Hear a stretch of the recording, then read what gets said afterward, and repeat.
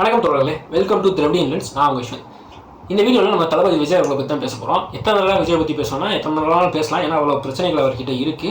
போன வீடியோவில் அவரை பற்றி ட்ரோல் பண்ணதில் கான்சன்ட்ரேட் பண்ண அளவுக்கு நான் மக்கள் பிரச்சனையை அதிகமாக கான்சன்ட்ரேட் பண்ணல. ஸோ பரந்தூர் மக்களோட பிரச்சனையை அடிப்படையாக கொண்டு மக்களுக்கான அரசியல்னா என்ன, மக்கள் பலனளிக்கிற அரசியல்னா என்ன அப்படின்றத பேசி அதுலேருந்து விஜய் எப்படி மாறுபட்டு நடக்கிறாரு, அவர் ஏன் பிஜேபி ப்ராக்சி டீம்னு கிளைம் பண்ணுறோம் அப்படின்றத டீட்டெயிலாக இந்த வீடியோவில் டிஸ்கஸ் பண்ண போகிறோம். வாங்க வீடியோக்குள்ளே போகலாம்.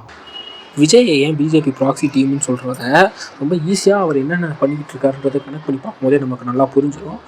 அவரோட முதல் அரசியல் பயணம் மக்களை எங்கே நேருக்கு சந்திக்கிறாருன்னு பார்த்தீங்கன்னா கள்ளக்குறிச்சி விசைச்சாராய மரணத்தில் தான் அவர் போய் பார்க்குறாரு. நான் ஆஃப்கோர்ஸ் ஒத்துக்கிறேன், அது ஒரு டிஎம்கேவோட அட்மினிஸ்ட்ரேஷன்ஸ்லாம் தான், அவங்க அரசாங்கத்தில் இருக்கவங்க பண்ண தவறால் தான் அத்தனை மரணங்கள் ஏற்பட்டுச்சு, அதை அவங்களும் ஒத்துக்கிறாங்க.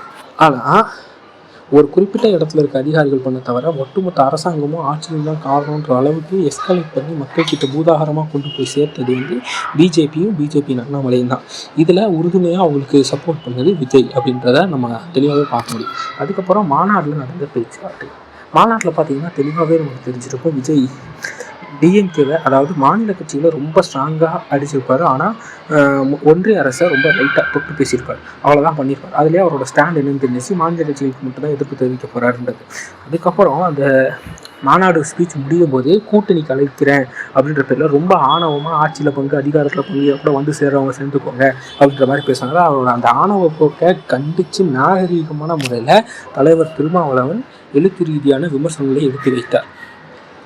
இந்த விமர்சனத்தை பொறுத்து கொள்ள முடியாத தற்கூரியாகிய விஜய் என்ன பண்ணுறாங்கன்னா, அடுத்து அம்பேத்கரோட புத்தக வெளியீட்டு விழா மேடையை ஒரு அரசியல் மேடையாக்கி அநாகரிகமான முறையில் தலைவர் திருமாவளவன் அவருடைய சுயமரியாதைக்கு இழுக்கு வரும் வகையான வார்த்தைகளை பயன்படுத்தினார், பேசினார். அதை நம்ம கிரிட்டிசைஸ் பண்ணி ஆல்ரெடி வீடியோ பண்ணிடணும். இவரோட இந்த வேலைகள் எதை செஞ்சிச்சுன்னா டிஎம்கேவோட கூட்டணியை உடைக்கணும் அப்படின்ற உள்நோக்கத்தோட செயல்பட்ட விஷயங்கள் தான். ஏன் அப்படின்னு பார்த்தீங்கன்னா, பிஜேபியோட பாசிச அரசின் எதிர்ப்பின் அடித்தளமாக இருக்குது தமிழகத்தின் இந்த கூட்டணி தான். அதில் முக்கியமான ஆள் யாருன்னு பார்த்தீங்கன்னா தலைவர் திருமாவளவன் அவர்கள் தான். அவரை அடிப்படையாக கொண்டு தான் இந்த பாசிச எதிர்ப்பை கட்டமைக்கப்பட்டிருக்கு. அப்படின்றப்ப அந்த பின்பத்தை உடைக்கிறதுக்கான முயற்சியாக தான் இது இருக்குது. இதுக்கப்புறம் நீங்கள் பார்த்தீங்கன்னா கிண்டி ஹாஸ்பிட்டல் இஷ்யூக்கு தான் அவர் பேசியிருப்பார். உடனே டிஎம்கே அகைன்ஸ்டாக அலையன்ஸுக்கு அகைன்ஸ்டாக பேசிட்டா பிஜேபி ப்ராக்சின்னு சொல்லிடுவீங்க நீங்கள் நிறைய பேர் கேட்கலாம். நான் அதை வச்சு மட்டும் சொல்லலை, அவர் எங்கெங்கெல்லாம் பிஜேபிக்கு ஆதரவாக ஒன்றிய அரசுக்கு ஆதரவாக இருந்திருக்காருன்றது தெளிவாகவே தெரியும். அம்பேத்கர் அமித்ஷா இஷ்யூவில் அமித்ஷா தங்களோட கட்சி கொள்கை தலைவரை இவ்வளோ கேவலமாக பேசின பிறகும் அந்த பேரை கூட சொல்கிறதுக்கு தயங்கிக்கிட்டு பயந்து ஒரு ட்வீட்டை போட்டிங்களே, அங்கேயே உங்களோட நிலைப்பாடு என்னன்னு தெரிஞ்சிச்சு, யாருக்கே வேலை பார்க்குறீங்கன்னு தெரிஞ்சிச்சு. அதுக்கப்புறம் கவர்னர் இஷ்யூ, அதாவது முதல்ல தமிழ் தாய் வாழ்த்து போட்டுட்டாங்க, நேஷனல் ஆந்தம் போடலை அப்படின்றதுக்கே அந்த கவர்னர் வெளிநடப்பு செய்கிறாரு. இந்த இன்சிடெண்ட்டை தமிழகத்தில் எல்லாருமே பாராட்டிகிட்டு இருக்காங்க. ஏன்னா நம்ம இந்தியாவில் பிற மாநிலங்களில் கவர்னர் ஆட்சி நடந்துகிட்டு இருக்கு, மக்களால் தேர்ந்தெடுக்கப்பட்ட பிரதிநிதிகள் எங்களுக்கு பவர் இல்லை, எங்களை ஆட்சி பண்ண விட மாட்டேங்கிறாங்கன்னு போராட்டம் பண்ணிகிட்டு இருக்க. இப்போ தமிழ்நாட்டில் இவ்வளோ ஸ்ட்ராங்காக இந்த கவர்மெண்ட் இருந்து கவர்னரையே ஓட வைக்கிறாங்க அப்படின்றத எல்லாரும் பாராட்டும் போது, இவர் மட்டும் வித்தியாசமாக தமிழக அரசும் கவர்னரும் இந்த மாதிரி பிரச்சனை பண்ணிட்டு இருக்கிறது வந்து சனநாயகத்துக்கு நல்லது இல்லைப்பா அப்படின்னு வீட்டு போகிறார். கவர்னர் பதவியே சனநாயகத்துக்கு அகேன்ஸ்டானதுன்னா போய் படி, ஓன் கட்சி கொள்கையை படி. அதாவது டிஎம்கேவோட கட்சி கொள்கையில் இருக்கும் கவர்னர் பதவி இருக்கக்கூடாதுன்றது, சுயாட்சி மாநில சுயாட்சி வேணுன்றது. அதை காப்பி அடித்த உன்னோட கட்சி கொள்கையிலேயே அதே இருக்குது. அதுவே தெரியாமல் இப்படி வந்து உளறிக்கிட்டு இருக்கு. அதான் என்ன எழுதி கொடுத்துருக்காங்க, என்னத்தை படிக்கணுன்றது புரிஞ்சு படித்தா தெரியும், எழுதி கொடுக்குறத அப்படியே படிச்சுட்டு இருந்தால் என்னத்தை புரியும். இதுக்கப்புறம் ரீசெண்டாக நீட்டை பற்றி அவர் போட்ட ட்வீட், என்னடா நீட்டில் பிரச்சனை தானே இருக்குது, டிஎம்கே கொடுத்த வாக்குறுதி அவங்க கொடுக்கல, அவங்க ரகசியம் தெரியும் செய்யும் சொல்லிட்டு இப்படி ஏமாற்றிட்டு இருக்காங்க, இப்போ கஷ்டமாக இருக்குது, கவர்னர் அனுமதிக்கலை, லெட்டர் போக மாட்டேங்கு அப்படின்னு போட்டுட்ருக்காங்க. அதில் எந்த வித தவறும் இல்லை, அதை விமர்சிக்கலாம், எங்களுக்கும் அதில் ஏமாற்றம் தான், அதில் எந்த வித மாற்று கருத்தும் இல்லை. ஆனால் அது எந்த நேரத்தில் பேசினார் அப்படின்றது தான் மேட்ரு. ஏன்னா யூஜிசி மூலமாக, அதாவது பிஜேபி ஒரு மசோதா கொண்டு வராங்க, யூஜிசி மூலமாக தமிழகத்தில் இருக்க, அதாவது மாநிலங்களில் இருக்கிற யூனிவர்சிட்டிஸ்க்கு யூனியன் கவர்மெண்ட்டு வைஸ் சான்சலர்ஸை பதவி கொடுப்பாங்களாம். அதுவும் வந்து எந்த ஒரு காலேஜ் ப்ரொஃபஸராக இருக்கணும் அவசியம் இல்லை, சீனியர் ப்ரொஃபஸராக இருக்கணும் அவசியம் இல்லை, அவங்க ஒரு கம்பெனி சிஓவாக இருக்கலாம், யாரானாலும் இருக்கலாம், அந்த தகுதி உடையவர்களாக இருந்தால் காலேஜ் வைஸ் சான்சலராக இருக்கலாம் அப்படின்ட்டு கொண்டு வராங்க. அதாவது இந்த மாநிலத்தில் உருவாக்கி வச்ச யூனிவர்சிட்டிஸுக்கு எவனோ ஒருத்தன் வந்து வைஸ் சான்சலராக உட்காருவான், அதை வந்து அனுமதிக்கணும். இது மாநிலத்தோட பவரை வந்து குறைக்கிறதுக்கான ஒரு வேலையாக அமையுது. அதே போல் அவன் கொண்டு வந்தாலும் அந்த இன்ஸ்டியூஷன் எந்த மாதிரி இன்ஸ்டியூஷனாக மாறும் அப்படின்றது நமக்கு நல்லாவே தெரியும். இந்த சமயத்தில் எல்லாரும் அதை எதிர்த்து பேசிகிட்டு இருக்கும்போது இவர் நீட்டை பற்றி பேசி அந்த விஷயத்தை டைவெர்ட் பண்ணி அது ஒரு டிஸ்கஷனே இல்லாமல் ஆக்கிறதுக்கான முயற்சியை தான் நான் இதை பார்க்குறேன். ஸோ இதில் தெளிவாக தெரிஞ்சிருச்சு அவர் டிஎம்கேக்கு அகேன்ஸ்டாக மட்டும் பேசலை, பிஜேபியை காப்பாற்றிக்கிட்டு இருக்காரு அப்படின்றது. அது மட்டும் இல்லாமல் அவர் பண்ணுற செலக்டிவான பாலிடிக்ஸ் என்னென்னு பார்த்தீங்கன்னா அண்ணா யூனிவர்சிட்டி இஷ்யூ.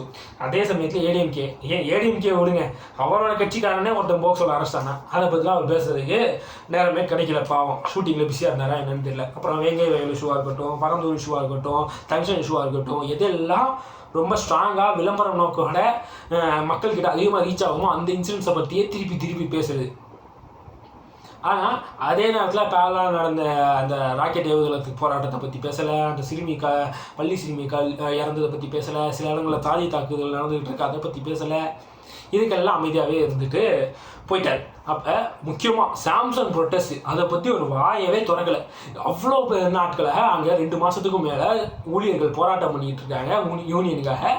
அதை பற்றி ஒரு வார்த்தை கூட தொடரல. ஏன்னா இங்கே பெருசாக அதுக்கு மீடியா கவரேஜ் இல்லை.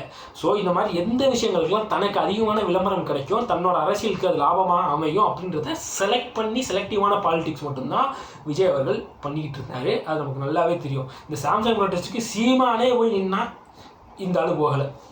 நல்லாவே நோட் பண்ணிக்க வேண்டிய விஷயம். அதுதான் அவரோட மக்களுக்கான அக்கறை. இன்னும் நான் சொல்கிறேன், அவரோட சொந்த கொள்கைகளையும் அவரோட வார்த்தைகளையுமே அவர் கான்ட்ராடிக்ட் ஆகிட்டு இருக்காரு. என்னென்ன விஷயம் பார்த்தீங்கன்னா, அதான் அம்பேத்கர் விஷயம் சொன்னேன், கவர்னர் விஷயம் சொன்னேன். அப்புறம் சீமான் இப்போ பெரியாரை பற்றி இவ்வளோ கேவலமாக பேசும்போது வாயை மூட்டு அமைதியாக தான் இருக்காரு. அவர் கொள்கை தலைவருக்கு பெரியாருன்றாரு. இவரெல்லாம் இந்த கொள்கை தலைவர் பெரியார்னு சொல்கிறதுக்கு லாய்க்கே இல்லாதவர். ஏன்னா எல்லா ஒரு ஸ்பீச் ஆரம்பிக்கிறதுக்கு முன்னாடியே சொல்கிற விஷயம் என்னென்னா தோழா தோழி அப்படின்னு ஸ்பீச் ஆரம்பிக்கிறது. பெரியார் உங்கள் கொள்கை தலைவராக இருந்தால் இந்த அடிப்படை புரிதல் கூட இல்லாமல் வளர மாட்டீங்க. தோழர்ன்ற வார்த்தையை பெரியார் ஏன் கொண்டு வந்தார்? அதுக்கு சாதி பேதம் கிடையாது, மத பேதம் கிடையாது, பாலின பேதம் கிடையாது. ஸோ எந்தவித பேதமும் இல்லாத ஒரு சமத்துவ சொல்லாக தோழர் அப்படின்ற சொல்ல நம்ம எல்லாரும் பயன்படுத்தணும், காம்ரேட்ஸ் அப்படின்றதுக்கான அர்த்தத்தை அவர் கொண்டு வர்றார். ஆனால் அதை விட்டுட்டு தோழா தோழின்னு அங்கேயும் பாலின பேதத்தை கொண்டு வர, அங்கே இருக்கிற திருநர்களுக்கு, அப்போ கட்சியில் திருநர்களுக்கு இடம் இல்லையா? எல்ஜிபிடி கம்யூனிட்டி சேர்ந்தவங்களுக்குலாம் எந்த இடமும் கிடையாது. அப்படி தானே சொல்ல வர. அப்படி தான் உன்னோட பேச்சும் உன்னோட நடவடிக்கைகள் இருக்குது. பெரியாரை கொஞ்சமாச்சு அடிப்படை புரிதலோடு இருந்துட்டு உங்களோட கொள்கை தலைவர்னு ஏற்றுக்கிட்டா நல்லாயிருக்கும். இதுதான் அவரோட அரசியல் இம்மெச்சூரிட்டியை தெளிவாக ப்ரூவ் பண்ணுது. அது இப்போ பாருங்க, போராட்ட காலத்துக்கு போகிறாரு, நான் போராட்டம் பண்ண போகிறேன்னு போகிறாரு. பிரச்சார வண்டியில் போயிட்டு மேலே வண்டியில் நின்றுக்கிட்டு பிரச்சாரம் பண்ணிக்கிட்டு போராட்டம் பண்ணுறேன் அப்படின்றாரு. இதெல்லாம் ஒரு அரசியலா? எவ்வளோ கேவலமான ஒரு புத்தி. அதாவது அதிமுக போய் போராட்டம் பண்ணால் கூட மக்கள் நின்று தரையில் நின்று தான் போராடிக்கிட்டு இருக்கிறான். இவன் நிற்கிறான் வண்டி மேலே நின்றுக்கிட்டு போராட்டம் பண்ணுறான். போய் பிரச்சாரம் பண்ணிட்டு அது பேர் போராட்டம் வேறு சொல்கிறான். இவ்வளோ இந்த ஒரு அடிப்படை புரிதல் கூட இல்லாதவனா உங்களுக்கு அரசியல் கட்சி தலைவன் வேறு கொண்டாடிட்டு இருக்காங்க, கூவிட்டு இருக்காங்க. இவன் வந்தனால தான் இப்போ வேலை இஷ்யூவில் பேசப்படாது, இல்லைனா பேசப்பட்டிருக்காது, இந்த நியூஸே வெளியே வந்திருக்காது அப்படின்னு வேறு இவங்க அணில் குஞ்சுகள் வேறு கதறிக்கிட்டு இருக்குது. சரி, ஏன் இதெல்லாம் நம்ம சொல்கிறேன்னா, விஜய் அவர்கள் எங்கேயுமே மக்களுக்கான அரசியல் பேசலை. மக்களை வச்சு அரசியல் பண்ணி அதில் ஆதாயம் உண்டாக்கி தான் சிஎம் ஆகணுன்ற கனவோட தான் அவர் கட்சி ஆரம்பிச்சிருக்காரு. அந்த கனவை நிறைவேற்றுறதுக்கான பயணத்தில் தான் இருக்காரு. ஸோ இதில் அவர் சிஎம் ஆகிட்டார்னா அடுத்து அதை நினைச்சிருக்கிறதுக்கு பிஜேபியோட ஆதரவு தேவைப்படும் அப்படின்ற நிலைமையில பிஜேபிக்கு சொம்படிச்சிட்டு இருக்காரு அப்படின்றத சொல்லணும்னு நினச்சேன். அதுதான் இந்த பார்ட் 1ல் வந்தது. இதுக்கப்புறம் மக்களுக்கான அரசியல் என்ன அப்படின்றத பார்ட் 2ல் நம்ம பேச போகிறோம்.